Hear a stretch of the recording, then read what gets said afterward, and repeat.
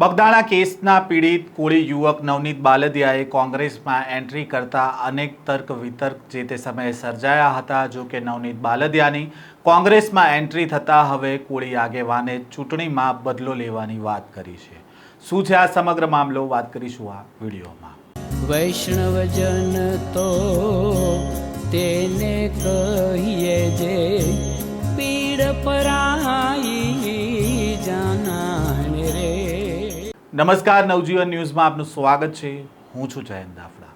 બગદાણા વિવાદથી ચર્ચામાં આવેલા નવનીત બાલદિયા કોંગ્રેસમાં જોડાયા છે। કોંગ્રેસના પ્રદેશ પ્રમુખ અમિત ચાવડાના હસ્તે ખેસ પહેરીને નવનીત બાલદિયાએ રાજકીય સફરની શરૂઆત કરી છે।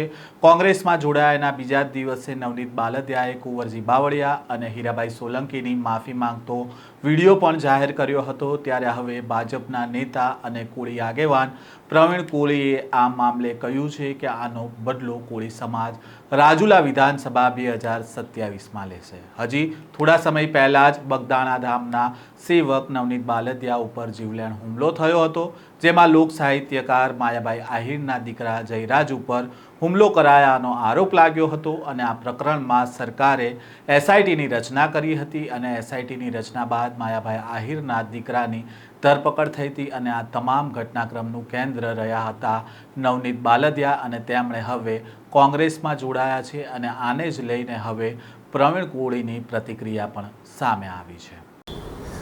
જય કોળી સમાજ, જય ઠાકોર સમાજ। હું પ્રવીણભાઈ કોળી।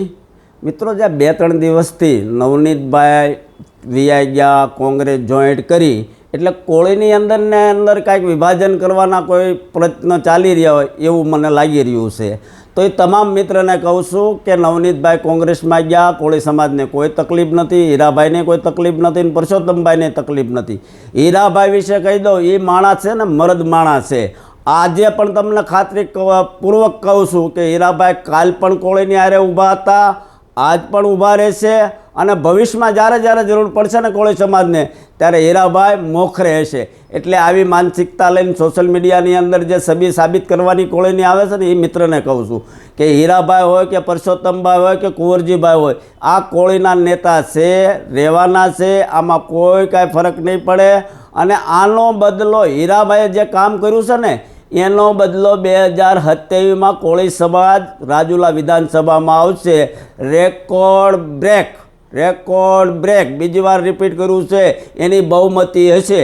આટલું તમે ધ્યાને રાખજો। જય કોળી સમાજ। પ્રવીણ કોળીએ કહ્યું કે કોળી સમાજમાં વિભાજન કરવાનો પ્રયાસ ચાલી રહ્યો હોય તેવું લાગી રહ્યું છે, પરંતુ નવનીતભાઈ કોંગ્રેસમાં ગયા તેમાં કોળી સમાજ કે હીરાભાઈ કે પરસોત્તમભાઈ કોઈને કોઈ તકલીફ નથી। હીરાભાઈ હંમેશા કોળી સમાજ સાથે ઊભા રહે છે।